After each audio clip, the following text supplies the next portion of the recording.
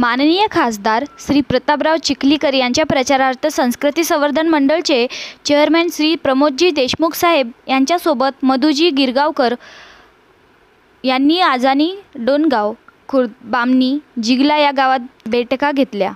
यावेळी माननीय जिल्हा परिषद सदस्य संग्राम पाटील हायगले, माजी पंचायत समिती सदस्य शंकरराव काळे, छावा युवा संघटनेचे तालुका अध्यक्ष श्री दिगंबरराव देगलुरे, लघुलचे माननीय सरपंच श्री बाबूराव गोसलोड, जय मल्हार संघटनेचे तालुका अध्यक्ष श्री शंकर भंडारे, भाजपचे माननीय तालुका अध्यक्ष श्री शिवकुमार कोदळे, गावातील पदाधिकारी व मान्यवर नागरिक मोठ्या प्रमाणात उपस्थित होते।